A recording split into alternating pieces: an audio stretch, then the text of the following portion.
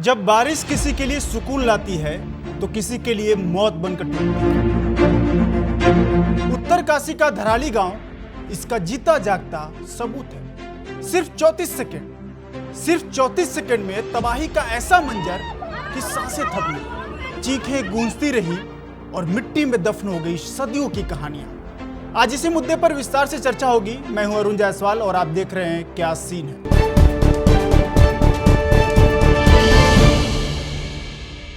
तो सबसे पहले बात करते हैं कि देवभूमि कहे जाने वाले उत्तराखंड के धराली में क्या हुआ।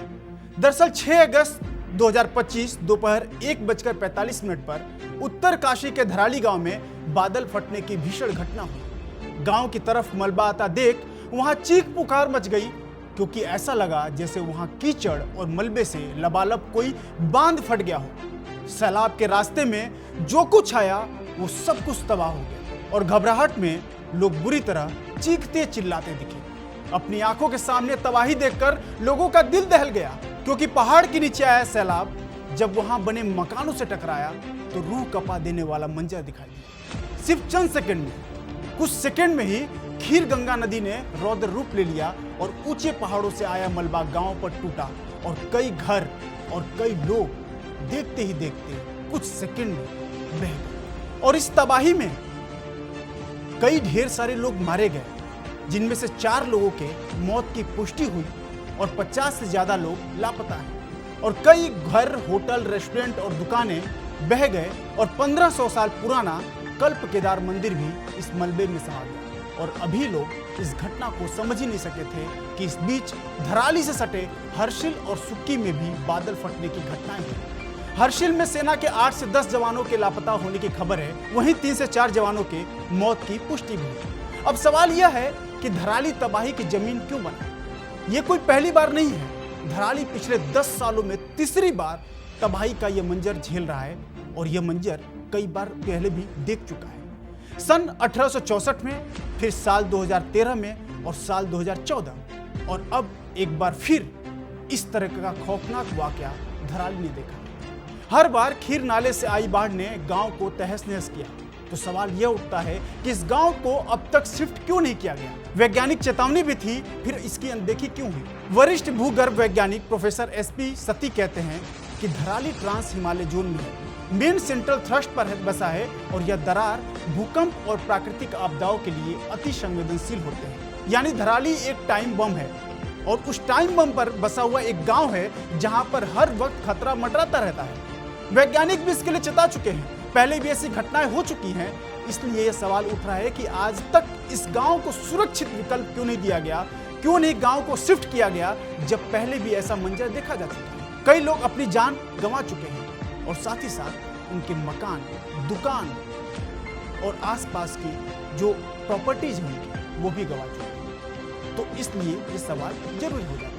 फिर भी राज्य सरकार ने 3 चेतावनियों के बावजूद इसे नहीं शिफ्ट किया और इस घटना के बाद केदारनाथ की यादें एक बार फिर ताजा हो गई। याद होगा आपको वो मंजर जब बाबा केदारनाथ के मंदिर भी और आसपास की पूरी बस्ती, गांव, पूरा एरिया पानी से लबालब था और सैकड़ों लोगों ने अपनी जान गंवाई थी।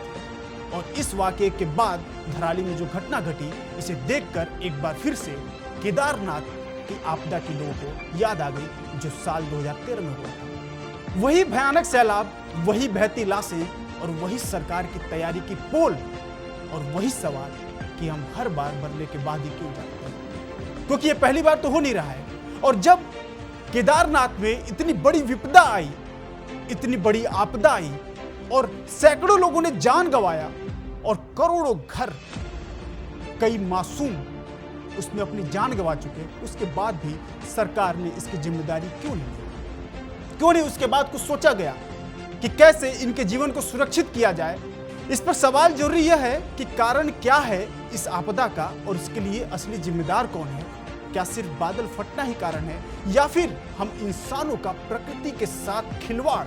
और यही सबसे जरूरी सवाल है कि प्रकृति के साथ खिलवाड़ हम कैसे कर रहे हैं। प्रकृति के साथ खिलवाड़, जो इंसान समतल जमीनों पर रहता था, वो प्रकृति के नजारे लेने के लिए, उस हरियाली के नजारे लेने के लिए वो आज पहाड़ों पर विस्थापित हो रहा है। जब हमारे घरों के आसपास पेड़ थे, पौधे थे, जंगल थे, उससे हम काट कर घर बनाते गए, होटल बनाते गए, रेस्टोरेंट बनाते गए और साथ ही साथ बड़े बड़े कॉमर्शियल प्रॉपर्टीज तैयार करते गए। हम आधुनिक होने के चक्कर में जंगलों को काटते गए और जब उन्हीं सुकून, उन जंगलों, उन साफ हवाओं की तलाश में हम इधर उधर भटके तो कहां पहुंचे? पहाड़ों पर। और आज पहाड़ों का मंजर यह है, चाहे वो हिमाचल प्रदेश हो, चाहे उत्तराखंड हो, चाहे शिलोंग हो, कोई भी पहाड़ी एरिया आप उठा लीजिए, उन पर आज बड़े बड़े रेस्टोरेंट्स, रिजॉर्ट और लोग घर बना चुके हैं। और कैसे बन रहे हैं? क्योंकि पहाड़ें तो ऐसे तिरछी होती हैं, उस पर घर कैसे बनेगा सोचिए।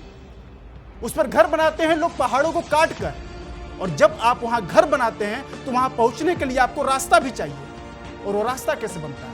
वहां भी पहाड़ों को काटा जाता है, बड़े बड़े थ्रेशर्स लगते हैं उसमें। और ऐसे में जब बारिश का दिन आता है तो पहाड़ डगमगाने लगते हैं, क्योंकि पहाड़ की नींव कमजोर हो चुकी होती है।